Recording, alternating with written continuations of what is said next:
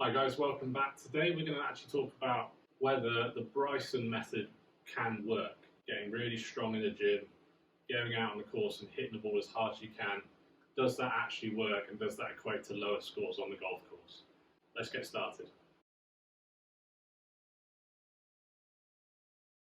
So what we'll start off by doing is I'm going to hit some shots with my 7-iron, I'm going to hit some shots with my driver, and then I'll go into sort of Bryson mode and start hitting the ball as hard as I can. I'll just discuss some of the ideas around what he's trying to do. Then I'll put us on a golf course here, play a few holes with each method, and I'll show you the comparison between my scores before and after. I'm going to be using the same ball for every shot, just so that's consistent.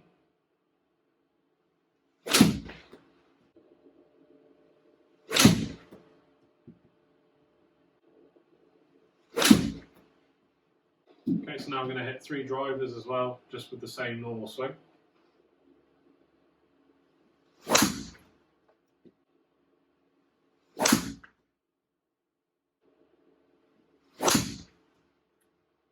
So you can see there, 7-iron and the driver. My carry yardage with driver is 243, carry with the 7-iron is 146. That's going to give me around 260 average with the rollout with the driver, and 150 average-ish with a 7-iron. So basically what Bryson has now done with his technique and himself is he's got to the gym, he's bulked up, he's trying to get as strong as he possibly can. He's trying to increase how quickly he can swing the golf club, and therefore how quickly he can get the golf ball moving, which obviously in his view will give him a much shorter club into greens. Creating as much force as he can with his movement in his golf swing. So he's going to try and wind up and turn as hard as he can with his shoulders and his hips, both in the backswing and in the downswing and follow through, and that's going to give him a lot of ability to create a lot of club head speed. He's also using what we call ground forces, so in his legs and his feet he's using squatting and pushing motions to try and create power and the ability to turn even harder. That again is going to help him create a lot more power. So let's give that a go and we'll see what numbers I get. Really feel like a big wind up in the backswing and then a big pressure shift to the floor and then back out.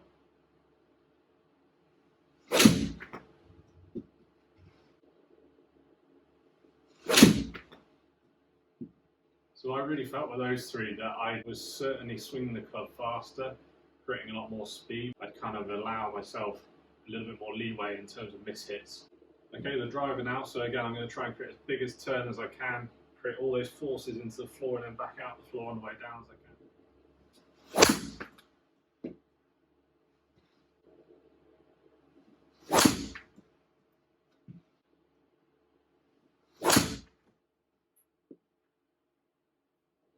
So this isn't really about trying to hit it as far as Bryson does. This is about how he's changed his technique and his body to try and help him hit it as far as he can. I'm just trying to see if I can gain a bit more distance from changing that technique. If I can do that without losing out on direction and consistency too much, then is it worth doing for you? So if we have a look at the comparison there between my normal swing with a 7-iron and then my Bryson swing with a 7-iron, it's not really a fair fight. I've gained massively by trying to improve my technique for increasing my power and my speed. Nearly 30 yards further in the air alone, just from changing my technique. And what's more than that, and something that doesn't always happen this way, but I've massively gained in my accuracy. So I'm actually hitting it 30 yards further and much, much straighter on average. I can really say with so far looking at those numbers that for sure I should be doing what Bryson's doing, and that is trying to hit the ball as hard as I can, because at the moment I'm obviously finding enough of a good strike and a consistent strike to gain from that. Ball speed has jumped up from 108 miles an hour to 122 miles an hour, but like I said, the biggest difference there is my direction and my gain in distance, and if you can couple a better direction with a big gain in distance, there's absolutely no reason why you shouldn't be trying to do that all the time. If we look at driver now, I can see from my standard driver to the Bryson driver that again I'm gaining massively from distance. I've gone up about 20 yards further in carry, which is then also going to equate to more distance once it's run out. And I think I could probably get that up even higher if I sort of really worked on the technique.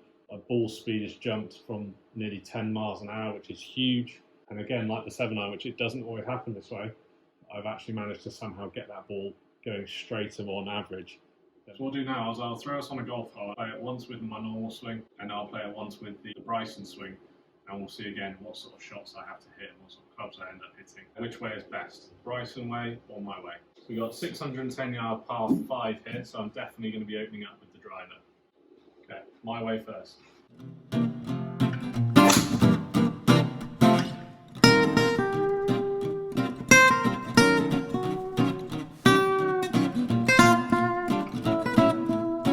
In the fairway, good start. Now Bryson's way.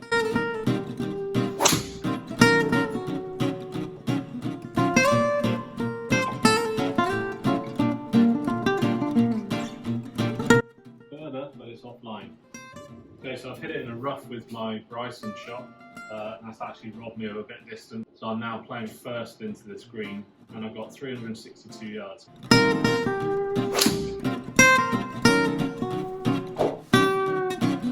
Back in play. So me again now, I've got 339 into it, so it's going to be another layup.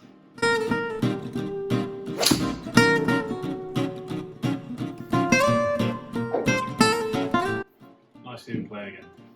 So I've left Bryson swing 150 yards. So with a normal shot that was going to be a 7-iron, but with Bryson swing I can probably drop down to a 9-iron.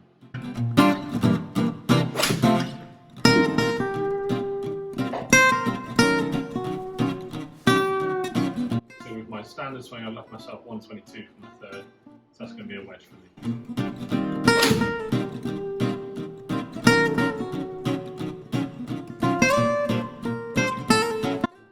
Green in 3 with a putt for birdie. So I've dropped down to a 9-iron with my third shot for Bryson, and it's just left me slightly short of the green, so maybe just forcing that extra distance a little bit too much too early. And if you're going to try this, is you might not always catch the ball as cleanly as you like. You might then lose some distance. So we've got a little chip shot just onto the green.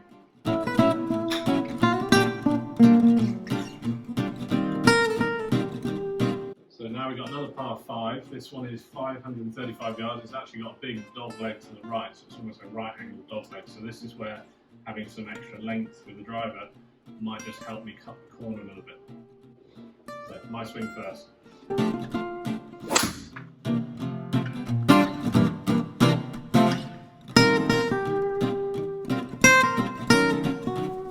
So now with Bryson swing, I'm going to take a bit more of that corner on, cut that corner.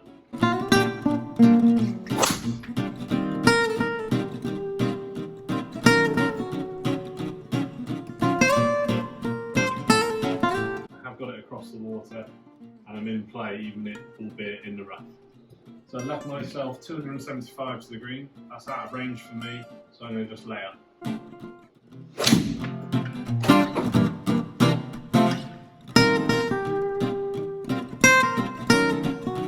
Good layup, still in play, just leaving myself a wedge. So I've got 237 for my second with the Bryson swing. By cutting that corner, I've actually brought this green into play, so I can actually have a go at this one.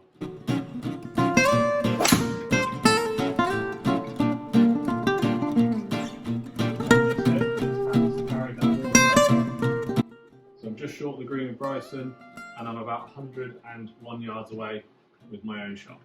So I'd say out of the two, I'd much rather leave myself a little chip shot for my third, rather than a 100-yard pitch shot.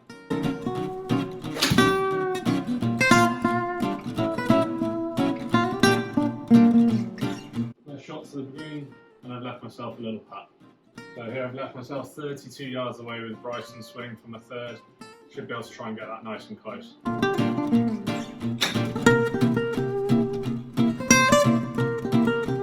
Chipped it up there, yeah, nice and close. Should be a nice tap in for the birdie.